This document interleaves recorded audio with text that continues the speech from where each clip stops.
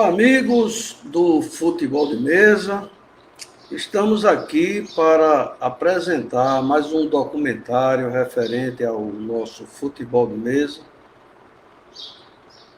relacionado com a evolução que essa atividade esportiva vem tendo constantemente ao longo do tempo, né? Exatamente para mostrar para os antigos praticantes dessa modalidade, como também para os novos praticantes, né, de que o futebol de mesa, assim como qualquer outra atividade esportiva, elas passam por evolução contínua, né, durante a sua trajetória, a partir de sua criação.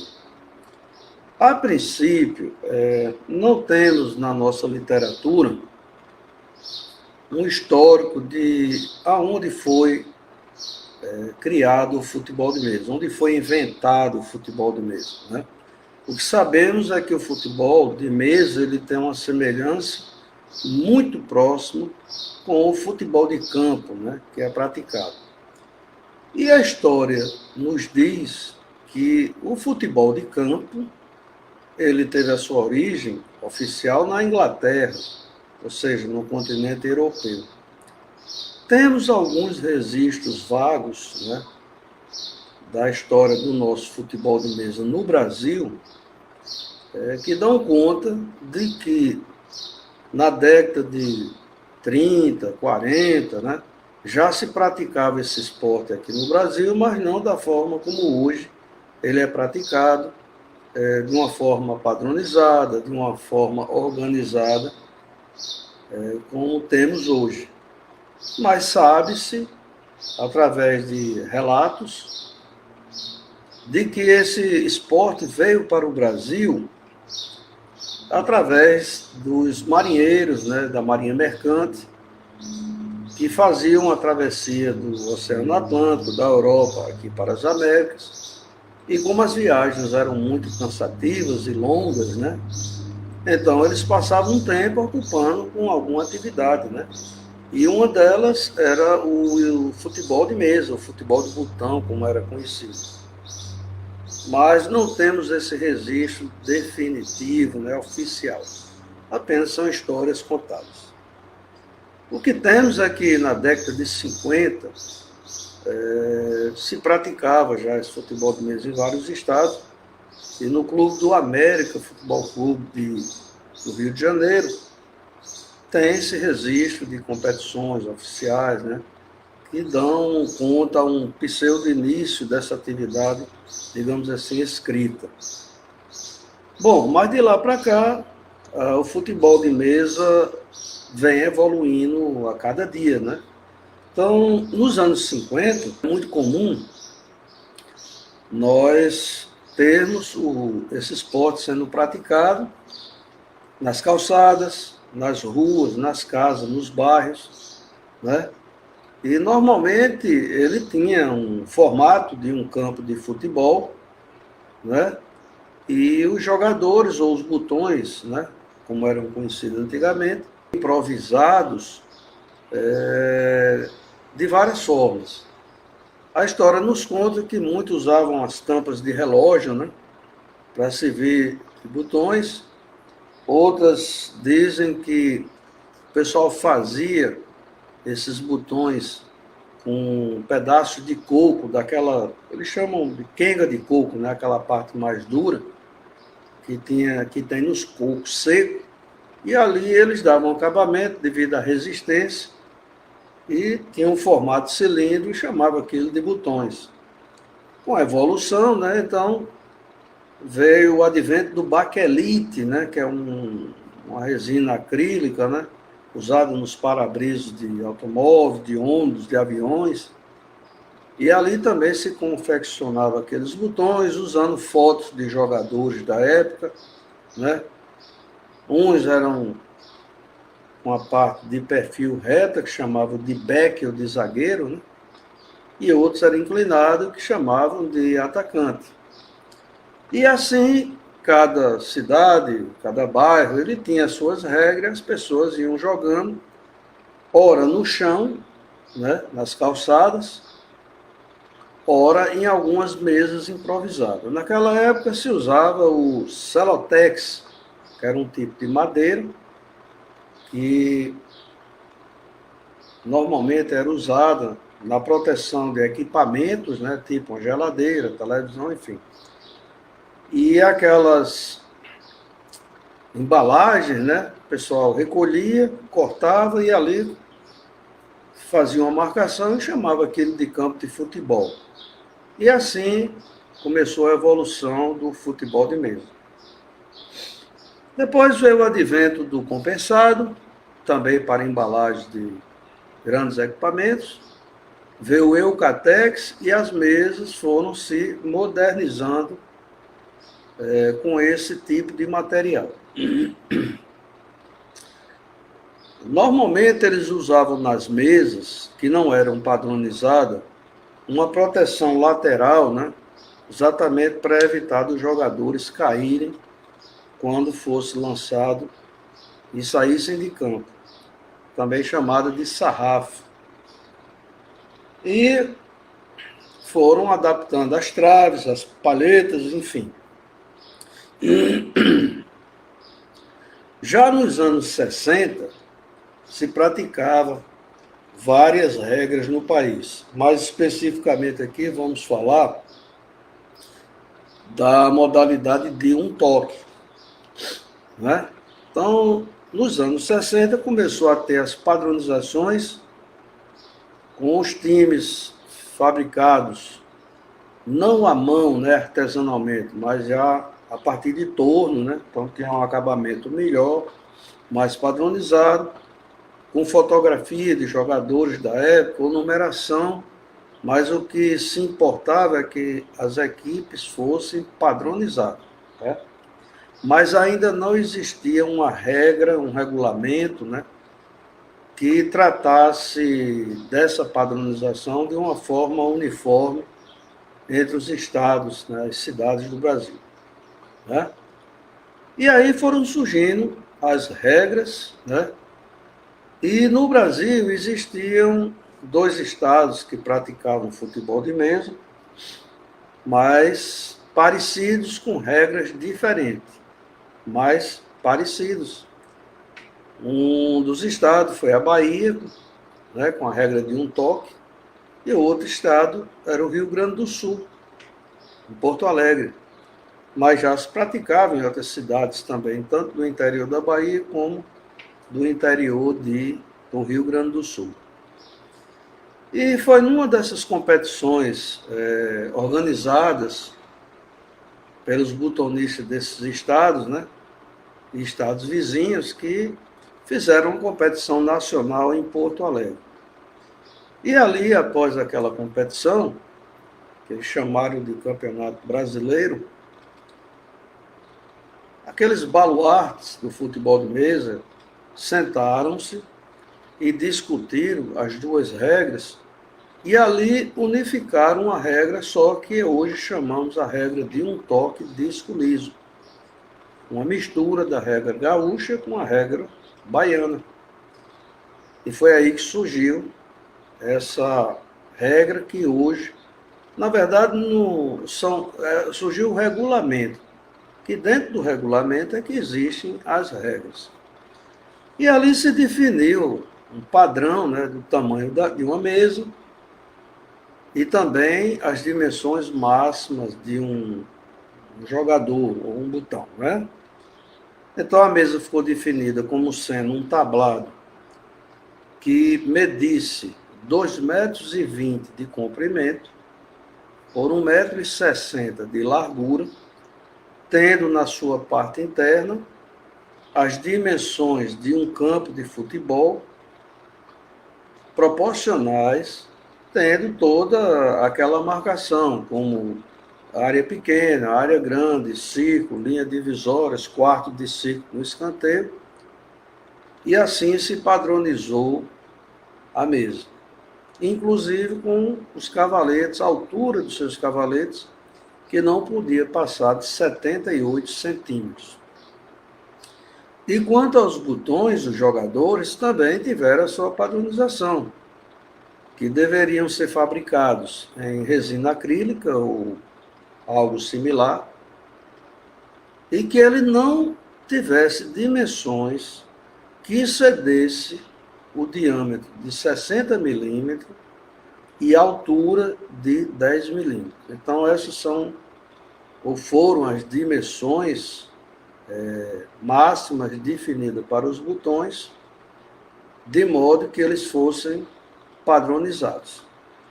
Convém lembrar que os botões eles poderiam ter a sua bainha, ou seja, aquela parte lateral totalmente vertical, ou seja, 90 graus, ou somente inclinada. Então, não é válido, na regra de hoje, você ter uma bainha de um atacante que ela faça aquela curva como se tinha antigamente.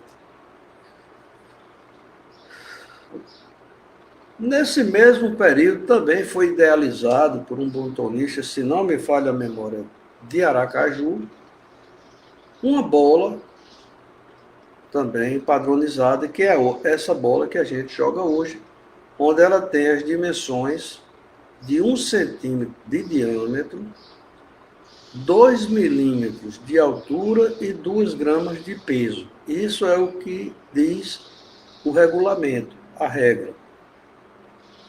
Quanto às palhetas, essas poderiam ser jogadas com a própria unha dos dedos. Os baianos, eles são expert nesse tipo de lance com a unha, né? Como você podia ter uma ficha, né? Uma palheta redonda, e também até um pente, né? Existia, eu me recordo que na década de 80, quando eu iniciei nessa modalidade, existiam botonistas que jogavam com pente. Era um pente de um material específico, né? Tipo uma réguazinha, onde eles faziam o movimento dos botões. Coisa que eu achava interessante, mas nunca usei. Bom, aí veio a década de 70, né? Aí nessa década de 70, já com as regras gaúcho-baianas unificadas, né? Então passou-se a jogar com essa modalidade e serem criadas associações em vários estados, que posteriormente deram origem às federações. E já final da década de 70, início da década de 80, aí sim foi criada a Confederação Brasileira de Futebol de Mesa para fazer a gestão das modalidades até então hoje praticadas. Então nós temos no Brasil, nessa história da evolução, nós temos a Confederação Brasileira de Futebol de Mesa, que rege várias regras, dentre elas a modalidade de um toque que nós jogamos. Filiadas à confederação, existem as federações estaduais, que por sua vez têm as associações do seu estado filiadas à federação. Então, existe essa hierarquia, associação, federação e confederação. Logicamente, alguns estados praticam mais de uma modalidade, né?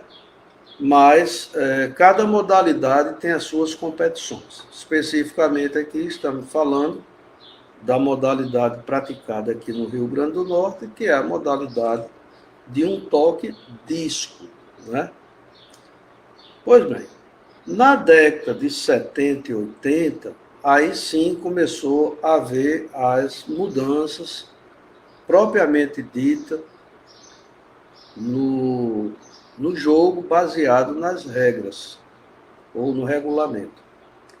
Então, alguns estados optaram em jogar com os botões cavados, né? Eles eram padronizados, conforme dito anteriormente, mas na parte inferior ele tinha uma cavidade e para fazer com que o botão, o jogador, deslizasse menos na mesa.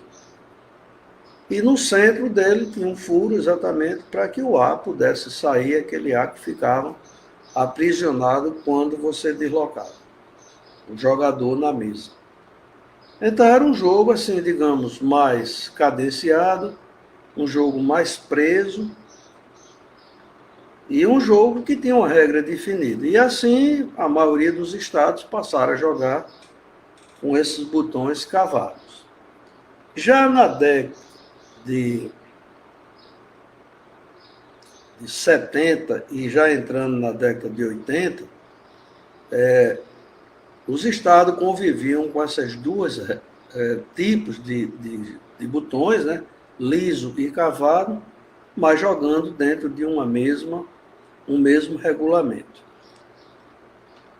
E foi aí que foi criada a padronização, né? Não só da mesa dos jogadores, dos cavaletes e assim por diante. Essas mesas que eram fabricadas na década de 80 para trás, a partir da fundação da Confederação, elas podiam ser de jequitibá, madeira de lei, né?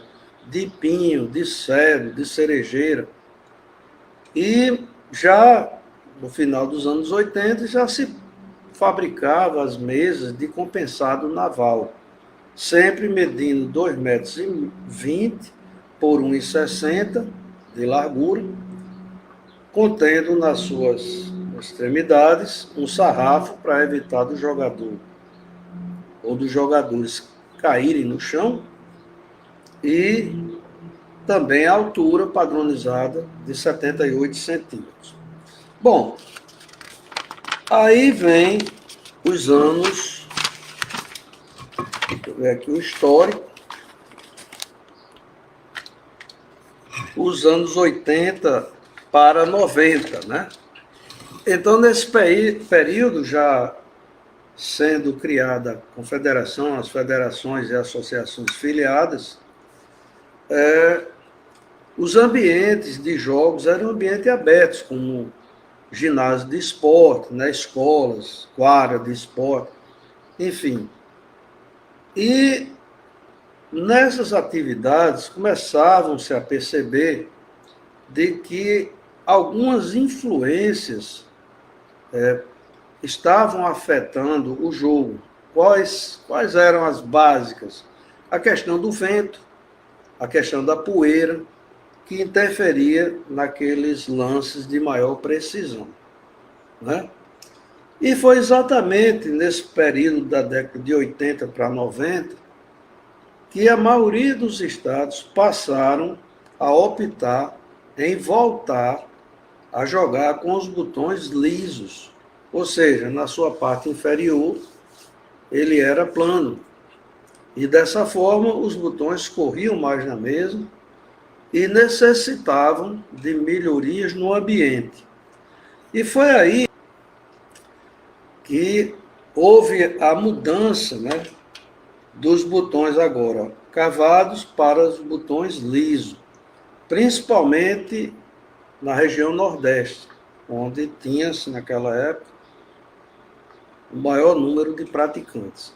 Já a região Sul, né, Paraná, São Paulo, Santa Catarina, Rio Grande do Sul, demoraram um pouco a mudar para a regra de um toque, tendo em vista, acredito eu, as condições climáticas, de você ter uma maior umidade, você ter uma questão de uma região mais fria, né?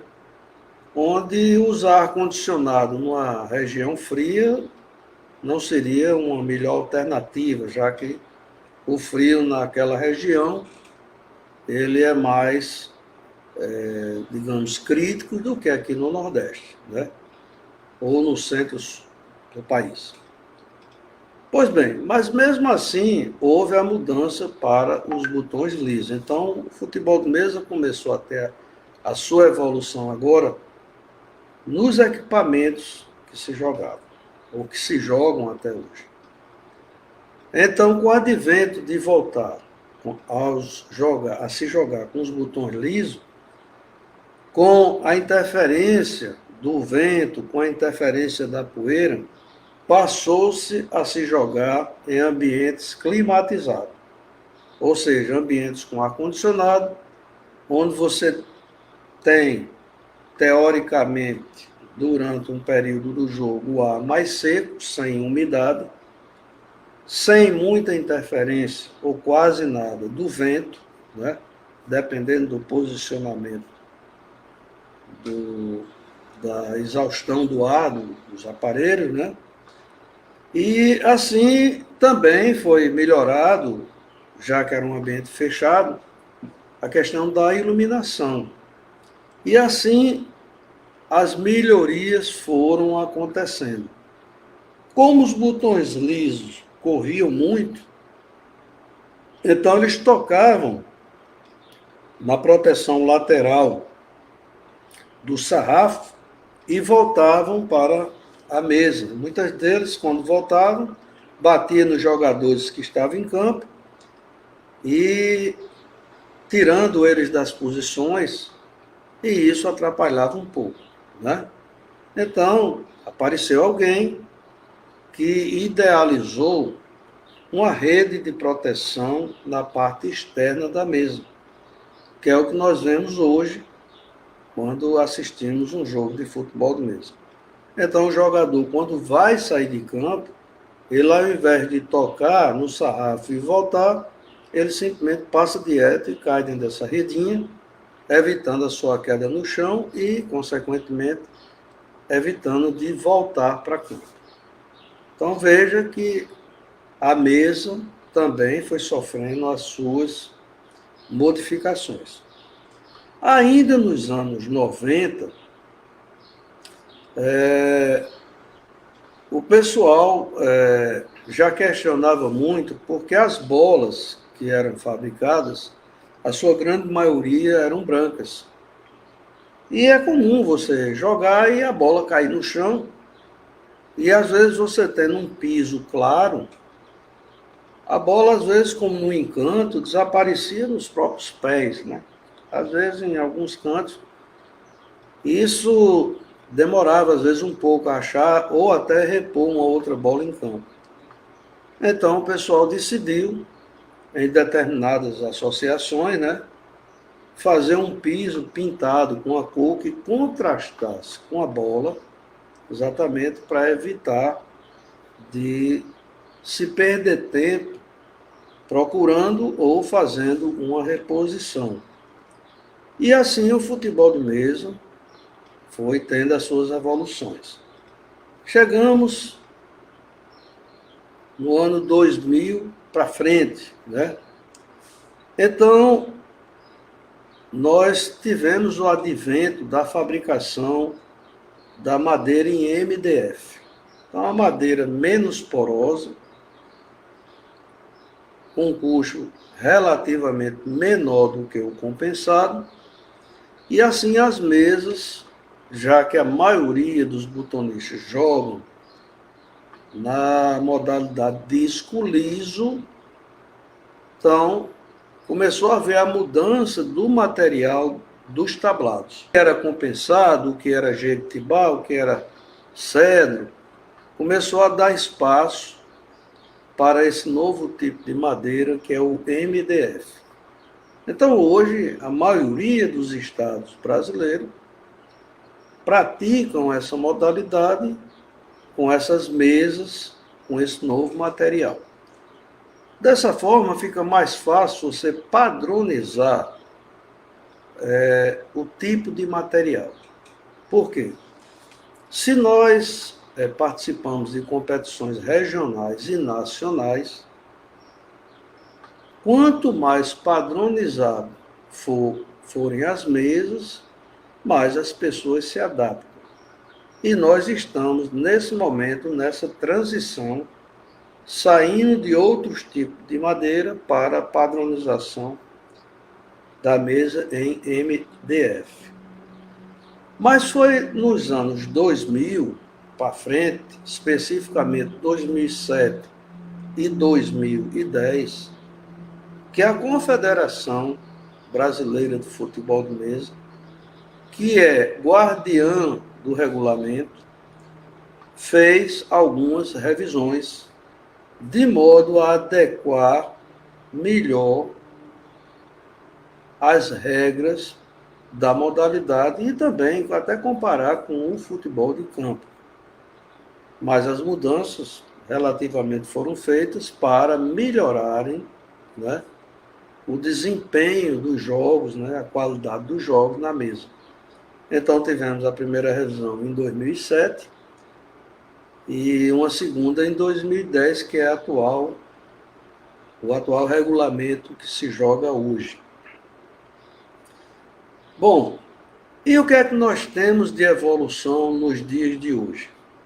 Então, com os jogadores padronizados, com as mesas padronizadas, com o ambiente padronizado, agora as atenções se voltam para o jogo.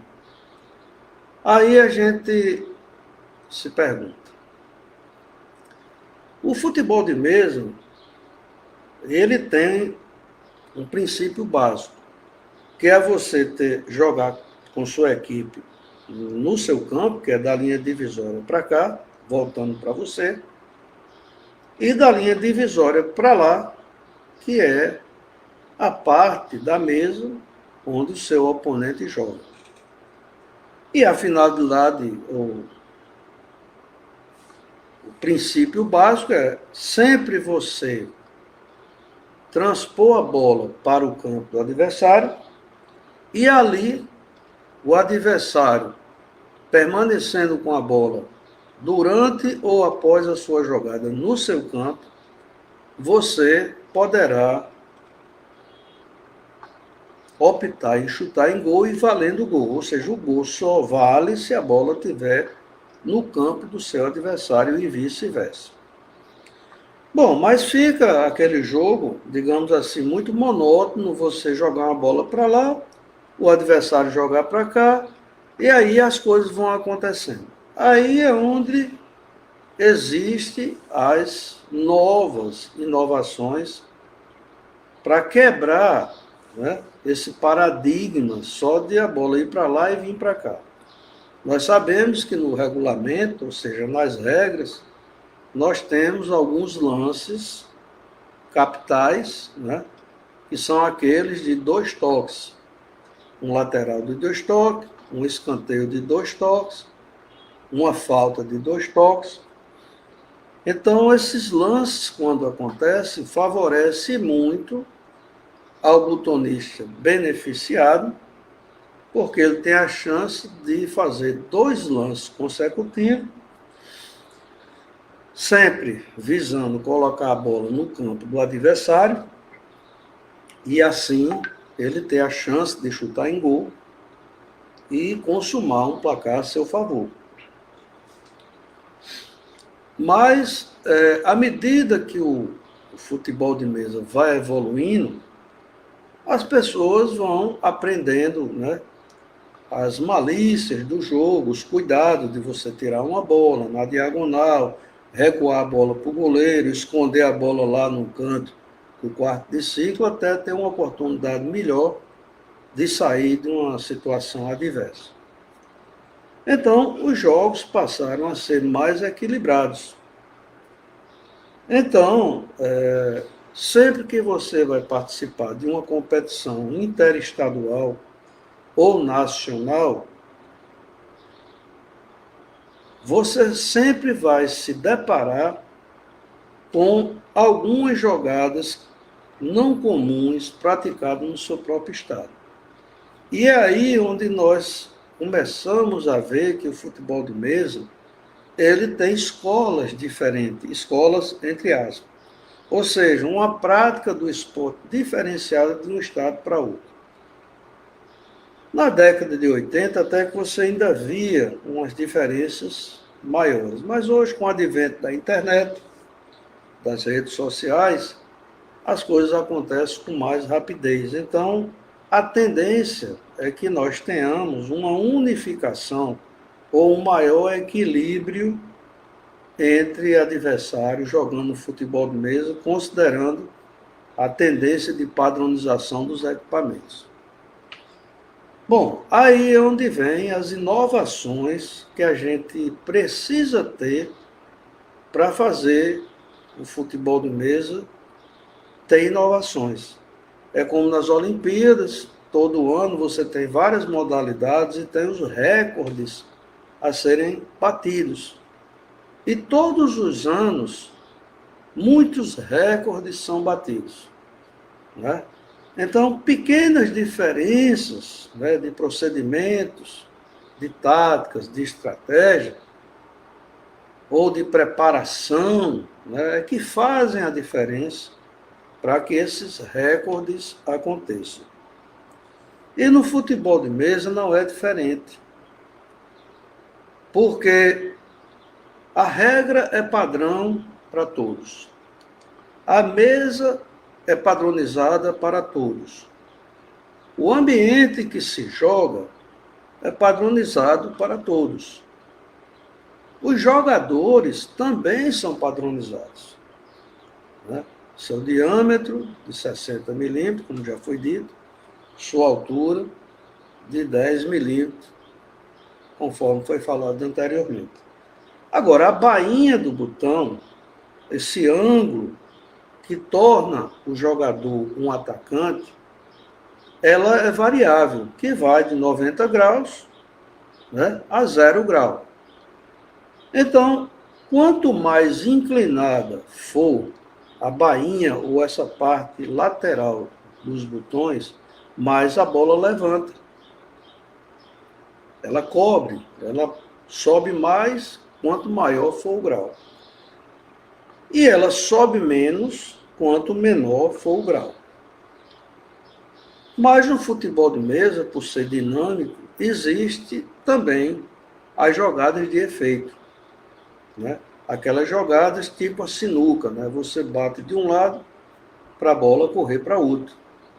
Então, quando você necessita fazer um lance de efeito, você necessita também imprimir mais força na palheta sob o botão para que aquele efeito seja alcançado e que a bola vá para um local pré-determinado por você naquele lance. Então, isso se transforma em quê? Em habilidade e, logicamente, a inteligência de quem está jogando.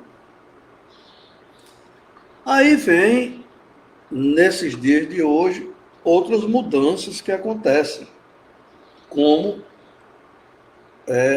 a escolha da palheta para jogar. Antigamente se jogava com a palheta redonda,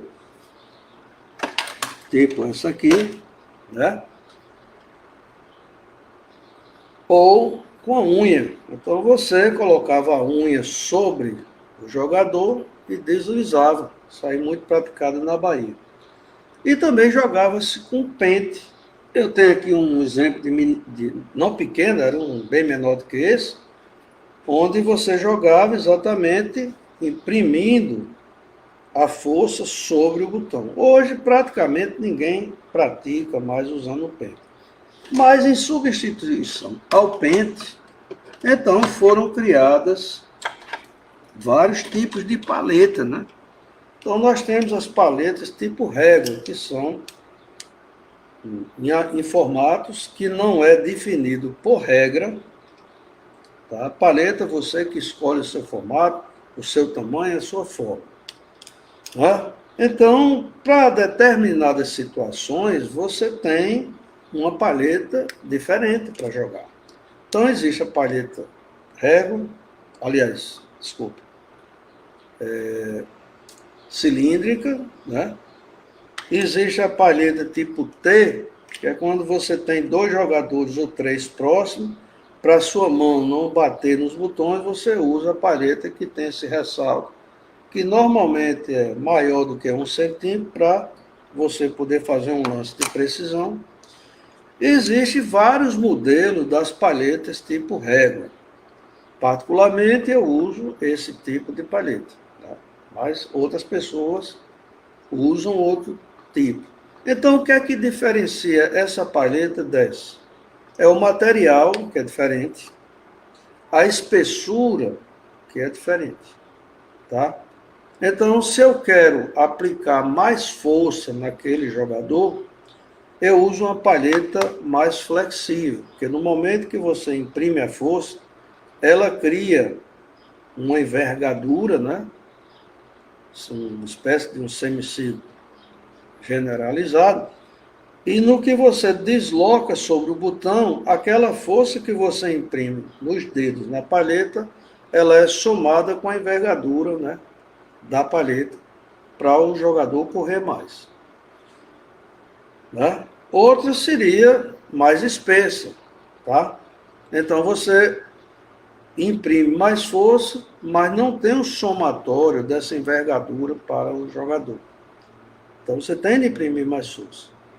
Aí vem a questão do material, né? Porque um é mais resistente do que o outro, então isso vai do gosto de cada botonista, né? Bom, aí nos dias de hoje, com essas modificações, aí vem a modificação da bola, né?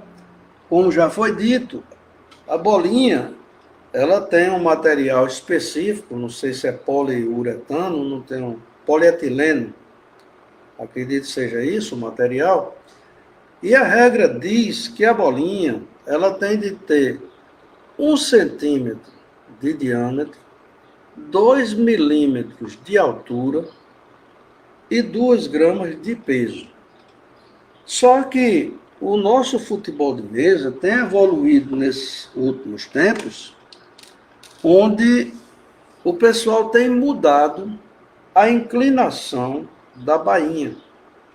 Isso para ter mais precisão nos chutes com atacantes sobre o goleiro. Nós sabemos que se você tiver um jogador com inclinação muito alta, a tendência é você dar um chute e essa bola fazer uma espécie de parábola, né? Subindo e descendo, uma parábola mais fechada. Diferente se você tiver um jogador com a bainha menos inclinada, você necessita aplicar um pouco mais de força para que essa bola suba o suficiente para passar do goleiro e não ultrapassar a trave, né? E consumar em gol. E aí você não tem uma parábola muito acentuada, e sim uma parábola mais suave. Então, houve a mudança da palheta, houve a mudança da bainha dos botões, e isso afetou as características da bolinha. Então, a maioria dos botonistas que praticam futebol de mesa hoje, eles têm as bolas que atualmente está sendo fabricada, pelo menos aceita até hoje, por um único artesão na Bahia, e essas bolinhas tiveram um aumento de 1 milímetro em sua altura. Mas o regulamento não mudou ainda, mas acredito que possa mudar, porque é a aceitação que nós temos. Por falar em bola, a Confederação Brasileira de Futebol de Mesa está em contato com algumas fábricas, né, que fabricam botões de forma industrial, visando encontrar uma fabricação de uma bola ideal, né? Aqui no Rio Grande do Norte, desde o ano passado, que eu estou tendo contato com uma fábrica, aqui na cidade de Parnamirim, cidade onde eu resido, onde eles já fizeram uma bola sob encomenda, né? Eu dei um modelo, só que essas bolas foram feitas quase que perfeitas. Mas elas tiveram uma pequena diferença nesse chanfrozinho que tem em cima e embaixo, e nessa extremidade fininha aqui, ela ficou um pouco abaulada. E também na parte inferior e superior, as que têm um contato com a mesa, essas bolas ficaram mais planas. E quando nós fomos fazer um teste com um lote aqui de 1.000 bolas, que a fábrica nos cedeu, essas bolas não levantavam, digamos, uniforme. Né? Você tinha um lote de 100 bolas, quase nenhuma você dava uma força com a bola original, a bola passava por cima do goleiro. Essa mesma força você aplicando nessas bolas novas, não estava tendo o mesmo resultado. Então, esses testes foram encaminhados para a fábrica e estamos fazendo uma parceria com o objetivo de identificar essa diferença, né? E daí sim a gente tem uma padronização das bolas. Convém lembrar que essas bolas que são compradas hoje, nem todas são 100% idênticas. Um pequeno percentual, às vezes, tem uma diferença. Mas é o que a gente tem e precisamos evoluir visando padronizar. Até porque, para termos um custo menor, porque os custos são cobrados hoje por uma bolinha dessa, está na ordem de R$ 3,50, e há quem diga que já está se cobrando R$ 4,00 por uma bolinha dessa. Tá? E ela sendo fabricada de uma forma industrial, ela vai custar alguns centavos, bem diferente. Então a gente percebe que as mudanças, elas são contínuas, né? Então elas estão acontecendo conforme esses depoimentos que aqui estão sendo passados. Agora, o que a gente percebe é que quando as pessoas aprendem a jogar botão, ou jogar futebol de mesa, cada um tem o seu estilo de jogo, cada um tem o seu interesse, o seu comprometimento, a sua habilidade. Então, isso já faz uma diferença que é difícil padronizar. Então, cada um tendo as suas próprias características, o que é que essas pessoas precisam? Trabalhar estudando a regra. Por ser um pouco complexa, ela nos dá a oportunidade de buscar alternativas para diferenciar um jogo do adversário e, logicamente, usar essas alternativas que a regra possibilita para você somar suas habilidades, a sua inteligência, a sua coordenação motora, né? E aí sim você fazer a diferença. Aí onde é que estão essas diferenças? Bom, como o futebol de mesa hoje está muito próximo do nivelamento dos melhores botonistas, a diferença está exatamente em outros fatores que a gente vem aqui intensificando e estamos na fase de mudança, que são aquelas jogadas individuais. Ou seja, você deslocar o seu botão numa cobrança de tiro de meta, de lateral, de modo que você desloque a bola para um local pré-determinado, e como os botões, os jogadores são lisos, um pequeno efeito faz com que ele desloque a bola para aquele local e, ao mesmo tempo, ele passe da bola e tranque a jogada. Impeça que seu adversário faça a reposição. Então, isso aí é o que eu chamo de jogadas trabalhadas, jogadas com efeito, que podem fazer a diferença num jogo equilibrado. Qual é a outra diferença?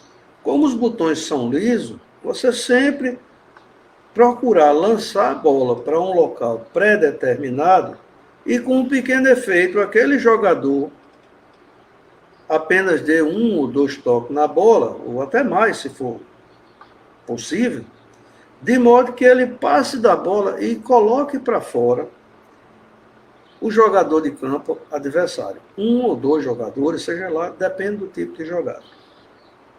Com isso, você cria espaço para dificultar a reposição do seu adversário e, ao mesmo tempo, criar suas próprias jogadas.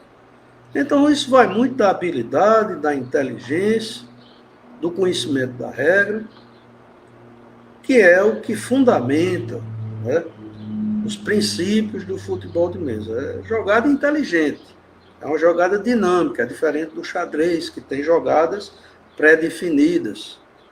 A torre vai num sentido, o cavalo vai no outro em forma de L, o peão só vai para frente ou na diagonal. Isso é um xadrez. O futebol de mesa é um dinamismo fora do comum. Você não sabe o que pode acontecer. Agora, para que você coloque essas habilidades em funcionamento, aí é onde vem alguns fatores que interferem na criação daquelas jogadas que você pretende fazer. E que fatores são esses?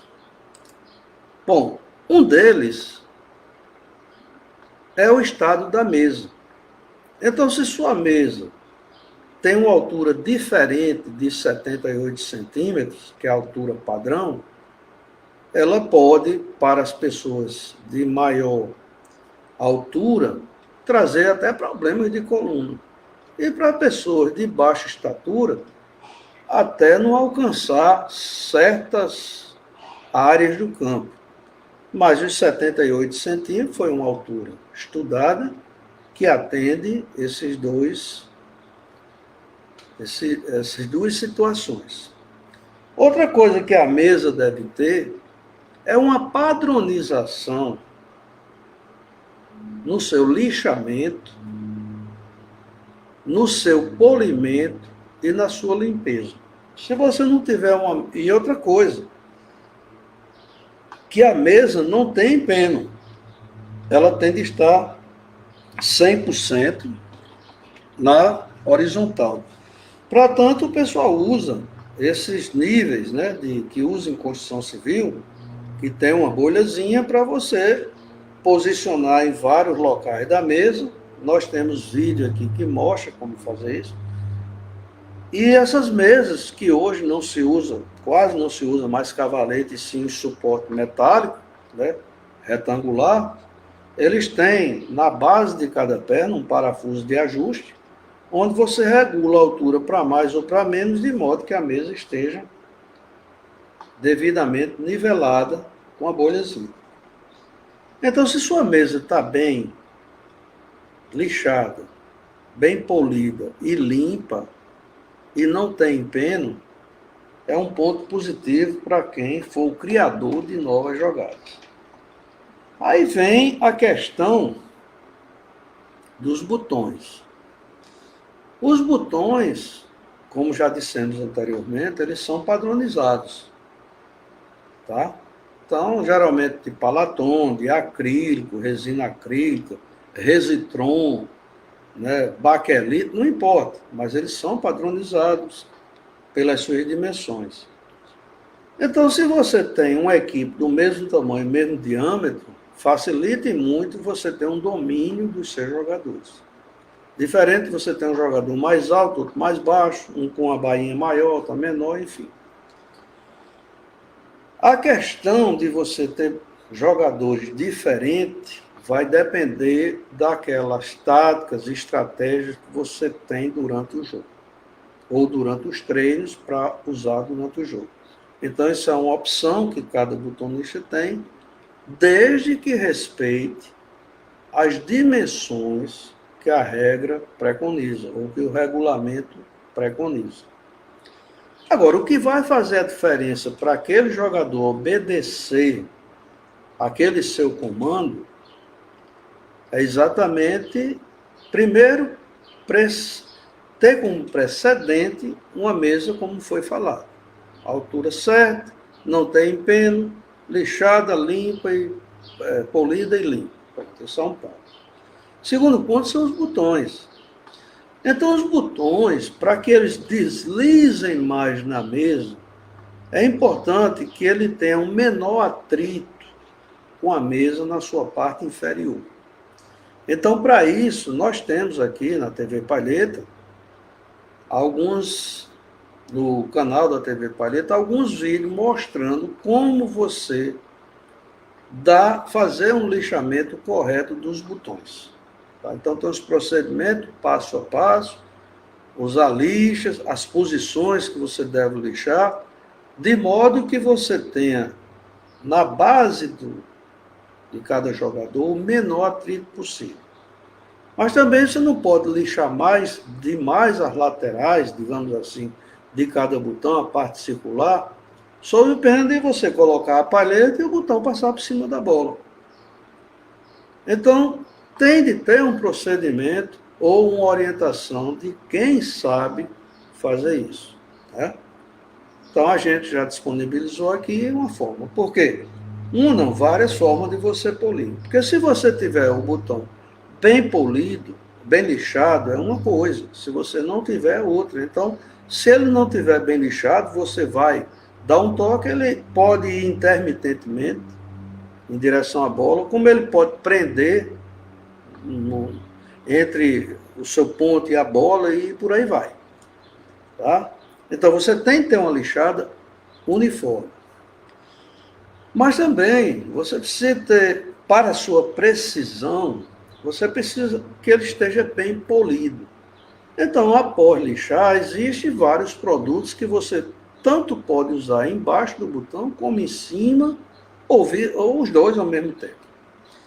Então, assim, aqui eu recomendo, isso aí é uma prática que eu adquiri, normalmente na parte inferior dos jogadores, eu uso o lustramóvel Poliflor. Tem outros que usam parafina, cera de carnaúba, cera de sapato, enfim. Então, cada um se adapta ao produto que melhor lhe convier. Na parte superior do jogador, eu uso a cera de carnaúba misturada com parafina, 50%, né? De parafina, 50% de cera de carnaúba. A gente cozinha, faz um formatozinho retangular. Não sei se tem aqui para mostrar. No momento, não. Ou usa parafina, ou só mesmo a cera de carnaúba. A conveniência, quem escolhe é o butonista. Agora, muitas vezes, você vai polir os seus botões, aí você usa uma flanela, às vezes usa duas, às vezes você vai passar a cera de carnaúba e o poliflor, às vezes você inverte, e isso aí pode prejudicar no rendimento do deslocamento do botão, ou no rendimento de você prender a palheta sobre o botão para ela não prender, ela deslizar suavemente. Então, quando você inverte esses produtos, é possível que você tenha algum problema. Então, para minimizar esse problema, eu idealizei o que eu chamo aqui de polidor de botões, né? Eu tive a ideia, isso aqui a posição está melhor, né?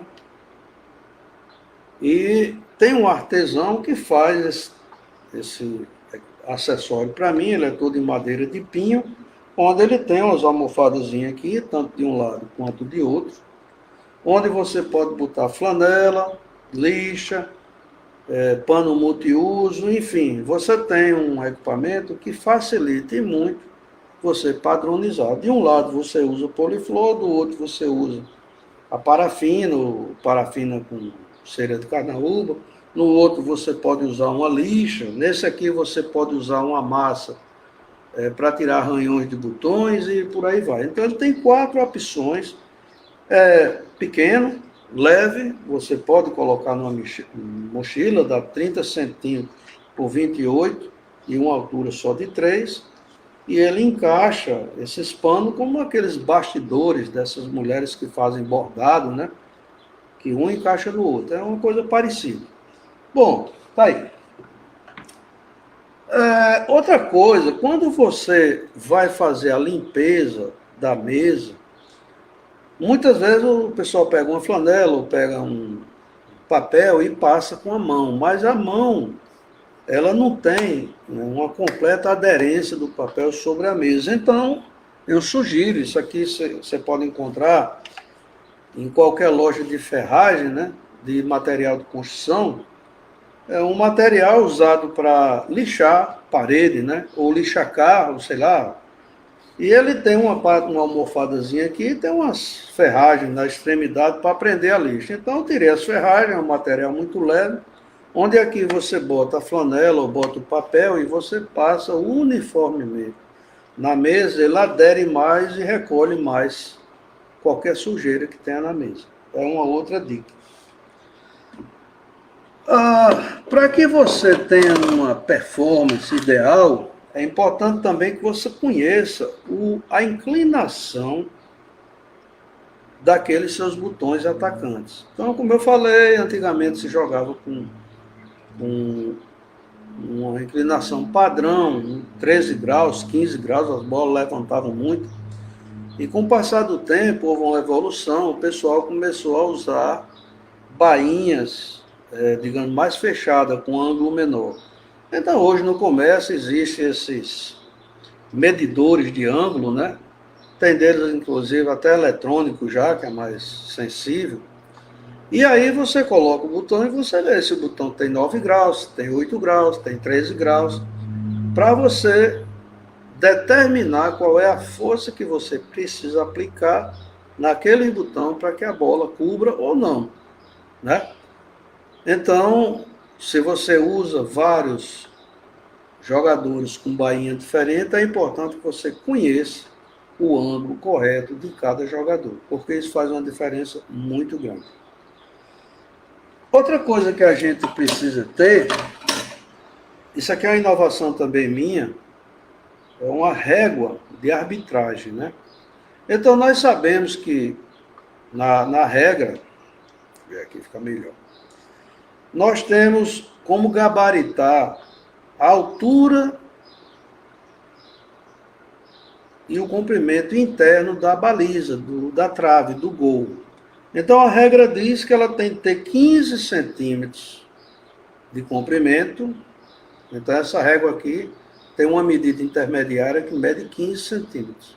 E você coloca lá e você checa se a trave está maior, está menor, está do tamanho padrão. Aqui na lateral você tem 6 centímetros. 6 centímetros, que é a altura da trave. Aqui no centro nós temos um retângulo para medir o comprimento e a largura. Comprimento e largura do goleiro. Que ele deve ter 6 centímetros de comprimento e 3,5, 3,8 centímetros de altura. E nesse retângulo aqui, você tem como medir a altura do goleiro, que é de 2. A largura do botão, que é de 2. A altura, que é de 3,8. E o comprimento de 6 centímetros. Nesse outro retângulozinho que você tem aqui, seria a dimensão máxima de um botão, que é de 6 centímetros por 1 centímetro de altura. Ok? E nessa escala maior aqui, externa, nós temos aqui o equivalente a 18 centímetros. A regra diz que quando você vai dar a saída do jogo, você precisa que os jogadores de ataque que estiverem arrumados no seu próprio campo, eles fiquem a uma distância mínima entre si de 18 centímetros. Normalmente o pessoal usa o goleiro como uma referência, porque ele tem 3 centímetros e muitas vezes tira o goleiro que está ali na posição de iniciar o jogo para sair medindo, colocando o dedo. 3 goleiros dá 18 centímetros. 3 vezes 6, 18. Já essa régua já lhe dá a medida precisa. É só você colocar ela entre os 2 botões de sua equipe. Já a distância na linha divisória, entre o seu jogador e o jogador adversário, ele não pode ser menor do que 6 centímetros. Então você usa essa parte aqui da régua, que é de 6 centímetros, ou o tamanho do goleiro. Nessa régua também existe uma escala de 12 centímetros. Onde é que você usa essa escala? Essa medida de 12 centímetros. Quando você vai bater um lateral ou um escanteio de um toque, A regra diz que do local onde a bola partiu, ela tem de se deslocar no mínimo, 12 centímetros, ou a distância de 2 goleiros, que 2 vezes 6 são 12. Também é comum o árbitro, o técnico, pegar o goleiro, tirar da sua colocação e ali fazer as medidas. Isso aí não deve ser feito, porque nem sempre você coloca o goleiro no mesmo local. Então, essa régua aqui, ela pode ajudar as arbitragens a fazerem as medidas corretas sem ter que estar mexendo em posição de jogador que está em campo, tá?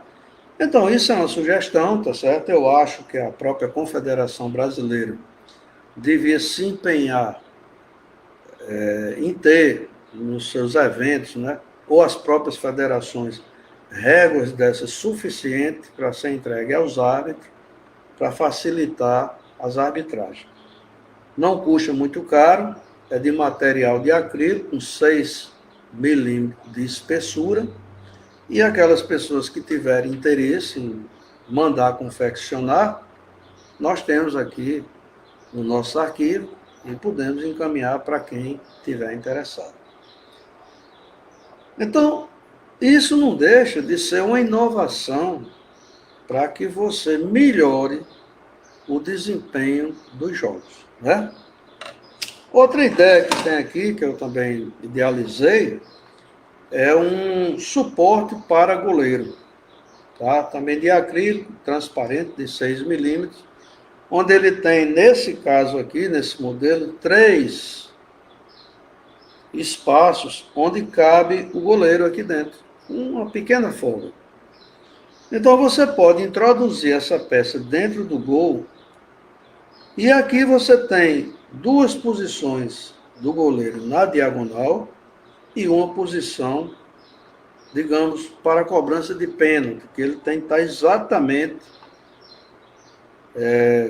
com a sua extremidade anterior sobre a linha, ela não pode estar fora.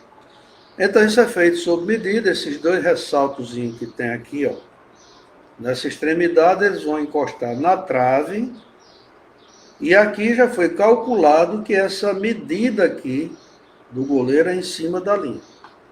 Então, com isso, ao você introduzir aqui, você coloca o goleiro aqui em qualquer posição para você treinar chute a gol. Qual é a vantagem dessa peça? No momento que você chuta gol, o jogador toca nessa parte da frente do suporte, né? Mas não derruba o goleiro. E assim, nos treinamentos, você pode botar 30, 40, 50 bolas e chutar quantas vezes você achar conveniente, sem aquela preocupação de estar sempre recolocando o goleiro na mesma posição, né? Então isso ajuda, o treino fica menos cansativo e você tira mais proveito.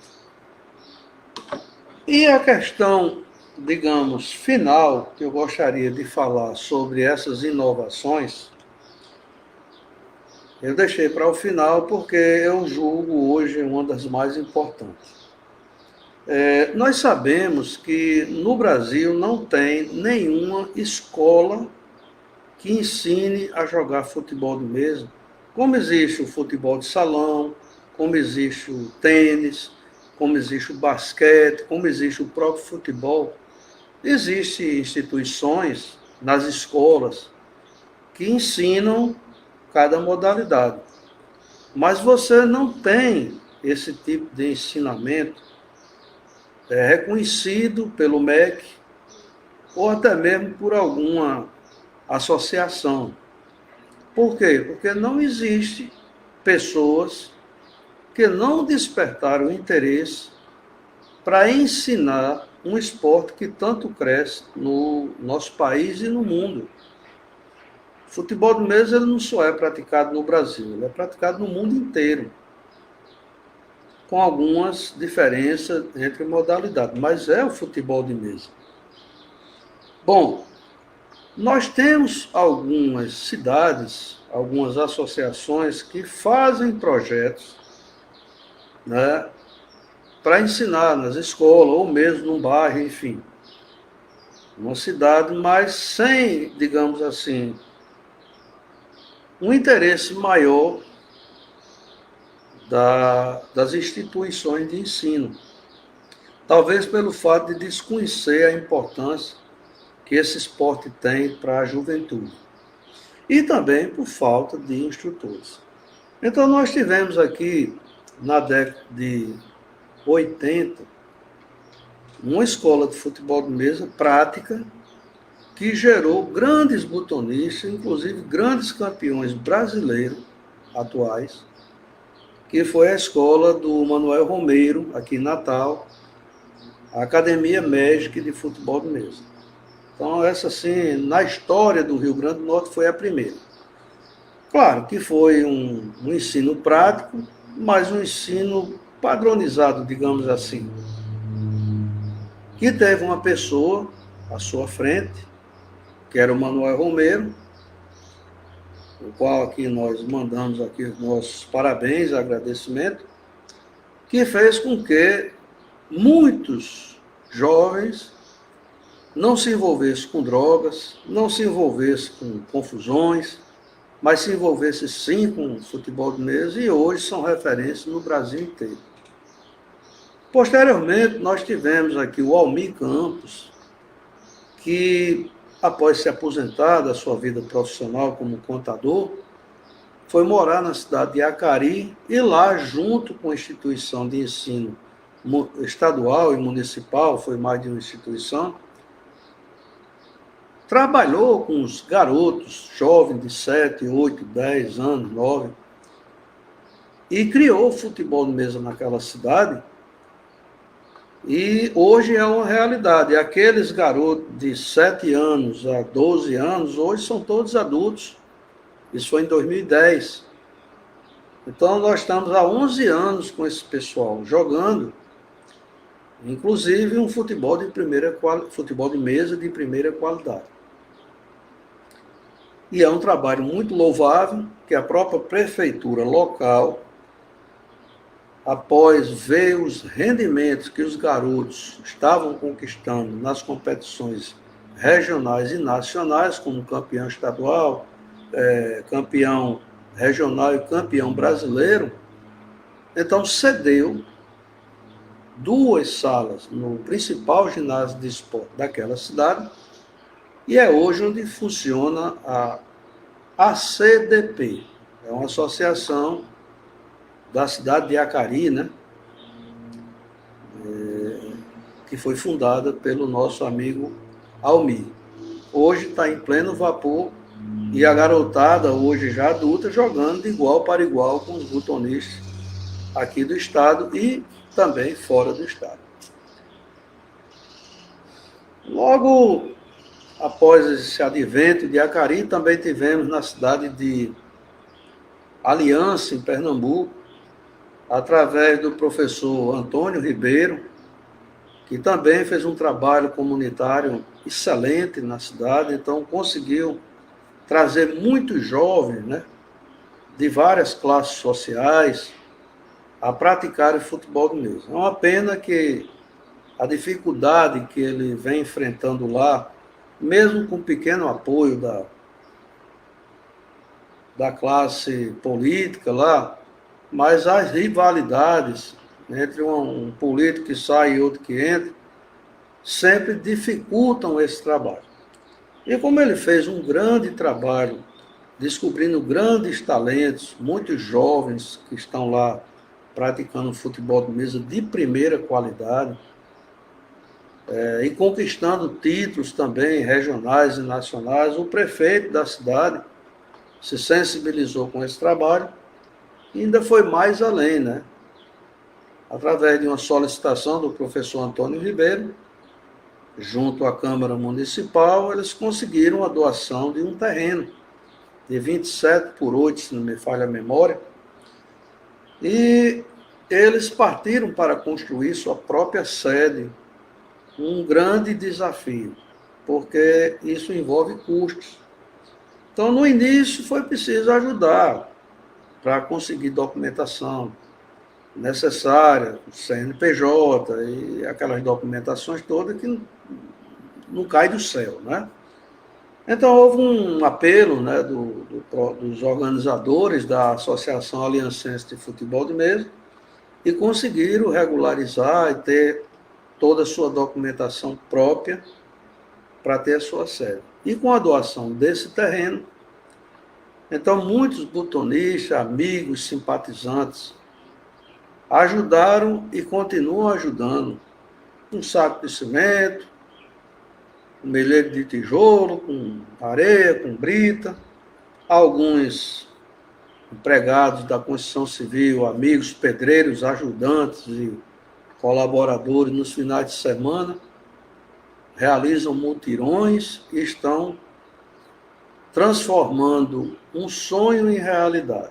Já tem um projeto definido e sobre todas as dificuldades que a Associação Aliancense de Futebol de Mesa tem, mas aos poucos estão construindo o seu próprio espaço mediante a ajuda de todos. Então, nós que fazemos aqui a TV Palheta, estamos sensibilizados com essa causa e a cada semana, quando nos enviam as fotografias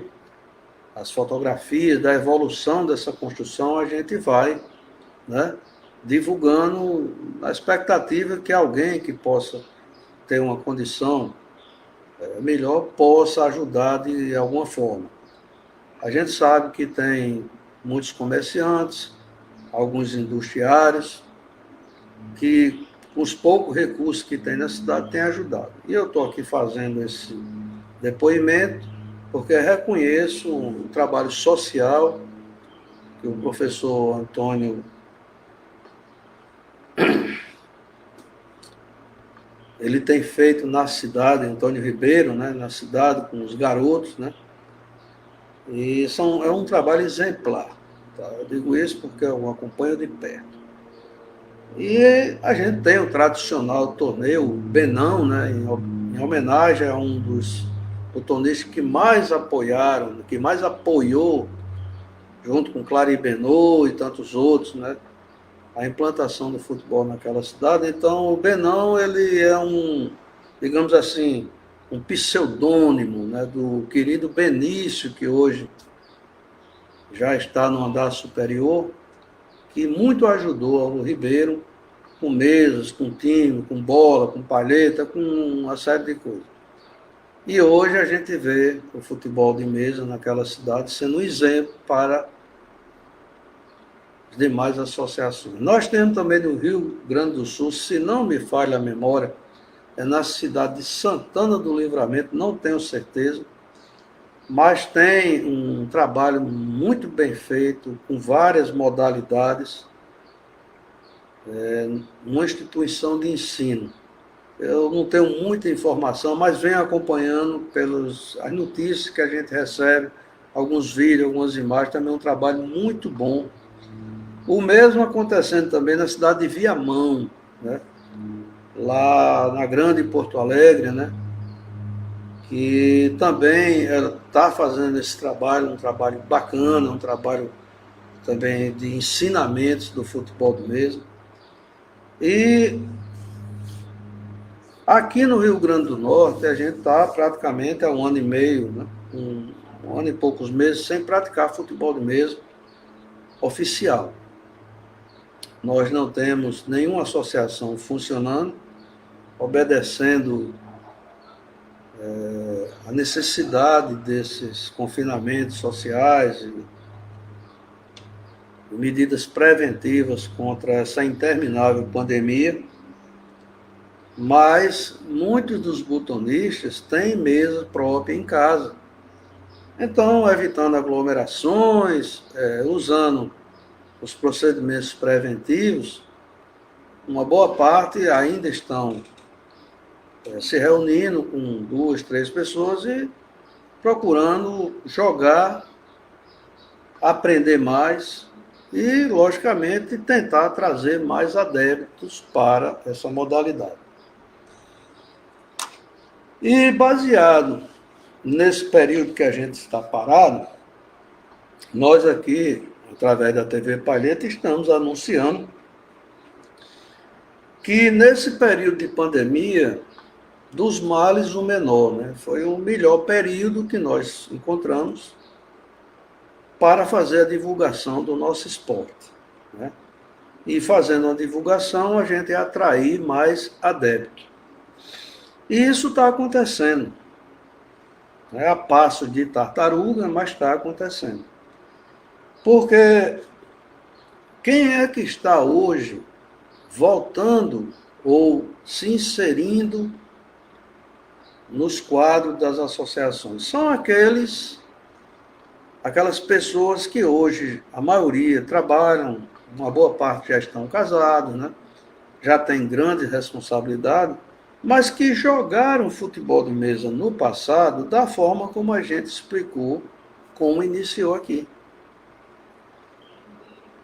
E hoje, eles, através das redes sociais ou de alguns amigos que praticam futebol de mesa, estão descobrindo que nós temos uma estrutura organizacional funcionando, que nós temos locais adequados para jogar e que nós temos, digamos, uma atividade não com tom simplesmente de lazer, mas com um objetivo de competição. Então, quando a gente fala em competição, não é a competição com o vizinho, ou com um amigo do bairro, ou num colégio qualquer, vamos jogar, levar a coisa na brincadeira. Não, é uma competição extremamente organizada, onde, como foi falado anteriormente, nós temos a Confederação Brasileira, nós temos as federações, nós temos as associações.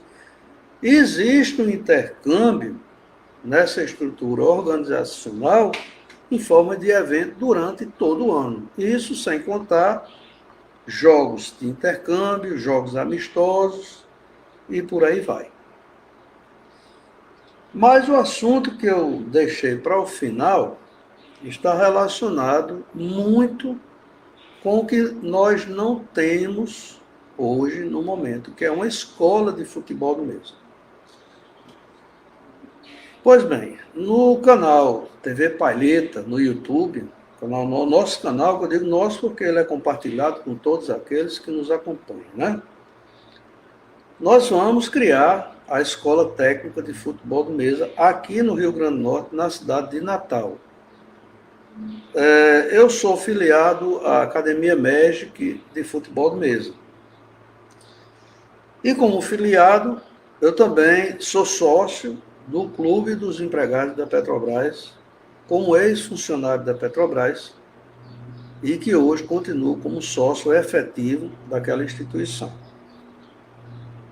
Então, eu pedi permissão à diretoria, já que lá existe uma estrutura adequada, com 10 mesas, com cronômetro, com toda a estrutura de bar, restaurantes, espaço, ambiente climatizado, uma sala específica para o futebol de mesa, e me foi dada permissão para usar essa sala, não em dia de jogos oficiais, para criar a Escola Técnica de Futebol de Mesa.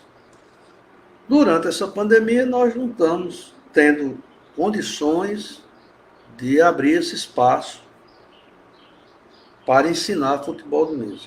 Então, assim, eu uso na minha própria residência, que eu denominei Arena Beatles.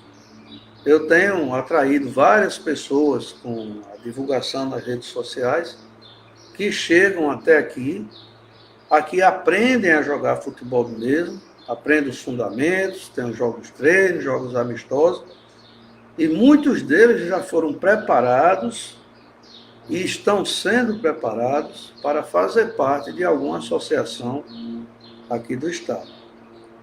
Então, praticamente, durante a semana, a gente tem recebido pessoas aqui, e são inúmeras as pessoas que vieram aqui, tá? E a gente, com isso, fica muito satisfeito, exatamente por saber que esse trabalho que a gente está fazendo, ele está surtindo efeito, não na velocidade esperada. Infelizmente, no YouTube, que é um dos meios de comunicação mais, digamos assim, qualificados ou mais adequados para a gente divulgar, existem algumas restrições para que possamos postar determinados vídeos, tendo como plateia as crianças. Então, existem limitações para isso, ou proibições para isso.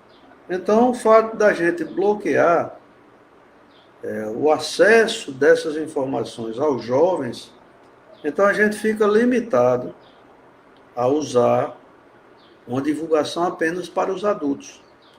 Daí a razão da gente ter um público praticamente adulto e praticamente masculino, né, prestigiando o nosso trabalho.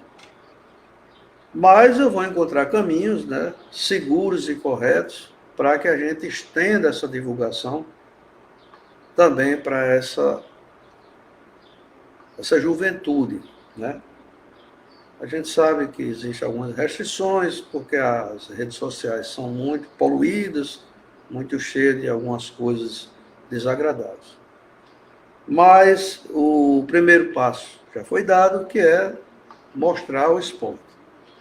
Agora, se você quer participar de um esporte só para brincar, uma vez, uma semana, outra ali, eu não acho que vale a pena investir em equipamentos, como mesa, time e tal. Porque é uma modalidade relativamente cara para uma boa parte da nossa população.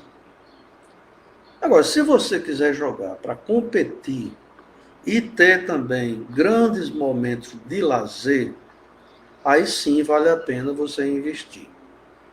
Primeiro, investir numa instituição que ensine.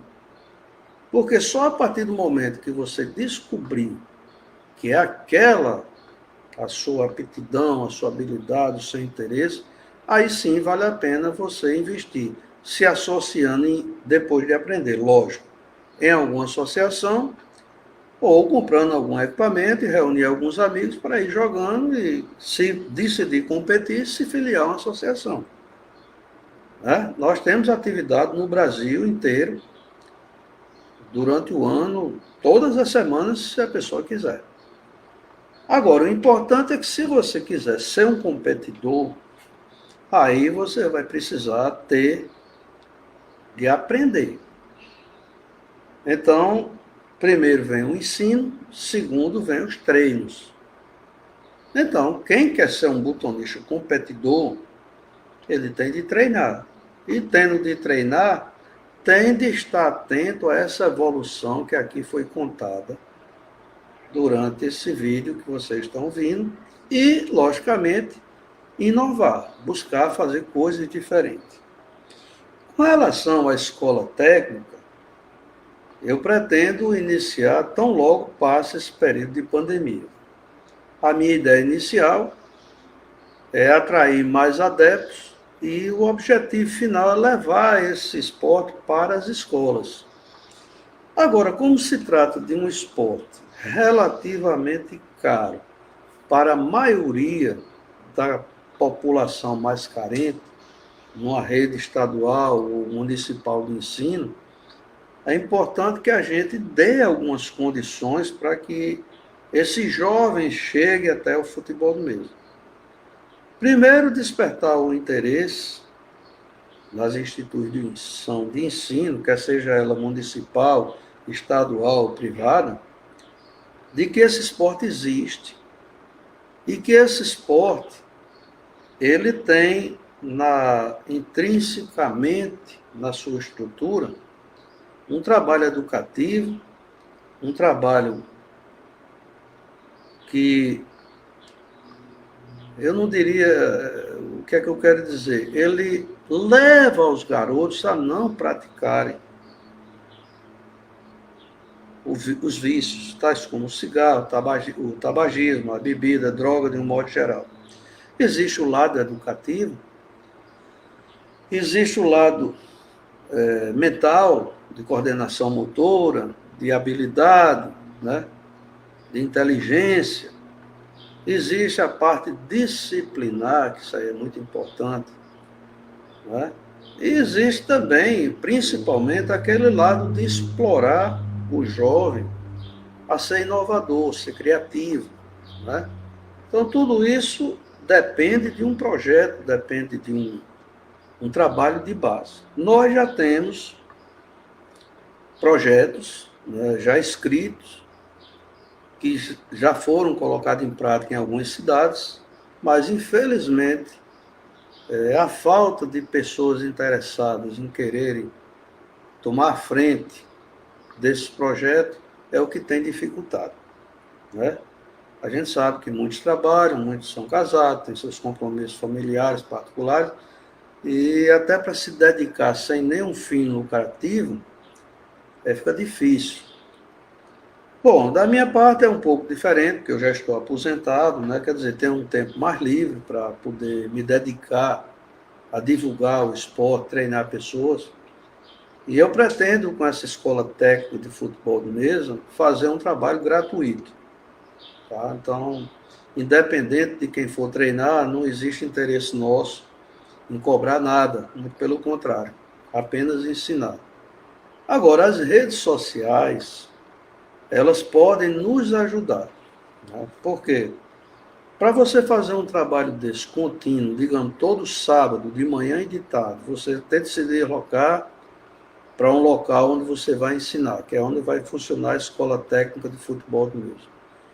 Você passar um dia ali treinando pessoas a troco de nada, só mesmo muita dedicação. Então, o que é que eu peço para você que está nos assistindo e você que pretende praticar futebol de mesa, ou você pretende colocar seu filho para praticar o futebol de mesa, que venha conhecer esse nosso trabalho aqui nas redes sociais.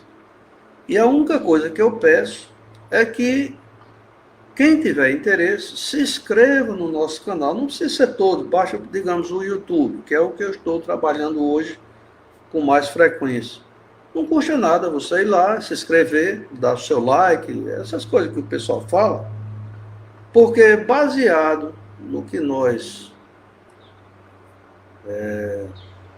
lemos na estrutura dessas instituições aí que regem essa informática e toda da internet, a partir de 1.000 pessoas inscritas naquele canal e tendo uma frequência de 4.000 visualizações mês, o próprio sistema do YouTube, ele calcula isso aí.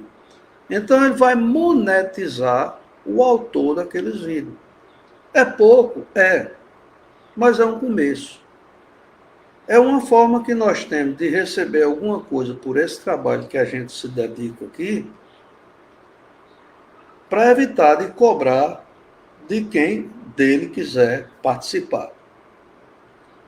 Então, se no início vai ser pouco, claro que a gente tem de manter um trabalho de divulgação para que esse número de inscritos cresça e que o número de visualizações também cresçam. Então, para que isso aconteça, é preciso que eu tenha histórias para contar.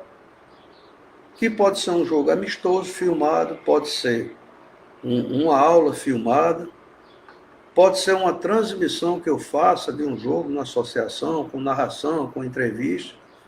A gente não gasta muito para fazer isso. A gente gasta internet, comprar alguns acessórios, uma câmera, um notebook, mas isso aí já faz parte do dia a dia da gente.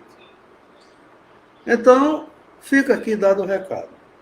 Nesse vídeo de hoje, resumindo, o que é que eu quis transmitir para vocês? Que o futebol de mesa é uma atividade que existe no Brasil e no mundo. E que ela tem um reconhecimento do Conselho Nacional de Desporto, que já determinou que isso é uma atividade esportiva como qualquer outra. Ela existe, e legalizada. Nós temos uma confederação, nós temos federação, associações, enfim, nós temos uma estrutura que funciona. Né? Nós temos, nas nossas cidades, as associações. E nós temos, dependendo das modalidades, no caso aqui especificamente a modalidade de um toque disco liso, nós temos um regulamento, são regras a serem seguidas, padronizadas no Brasil inteiro.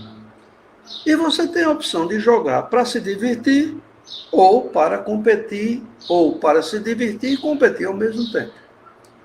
O interesse vai de cada um.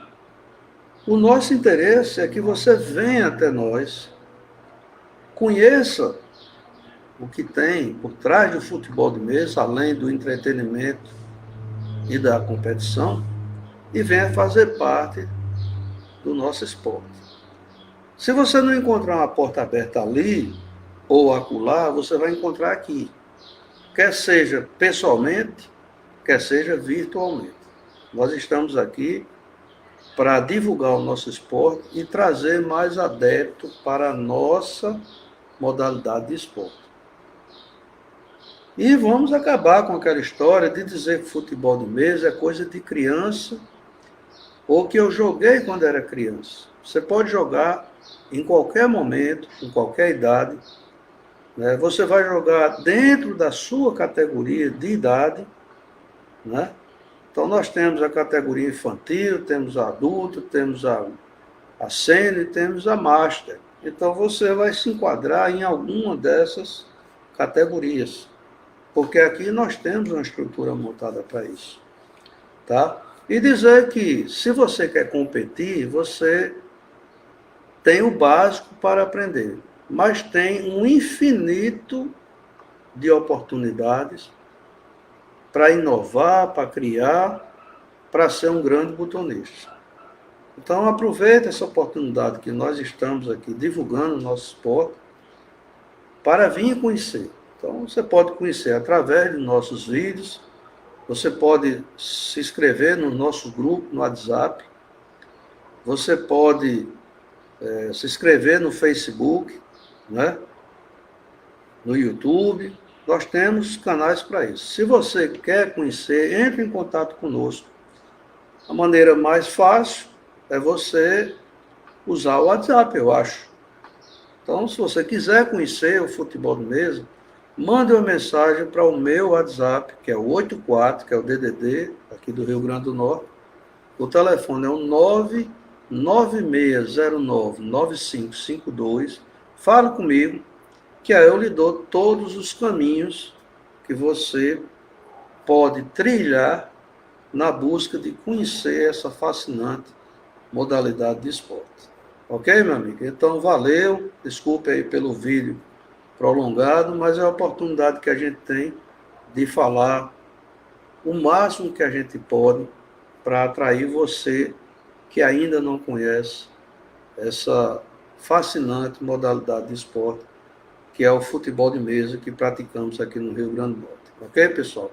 Valeu e contamos com o seu contato. Um grande abraço.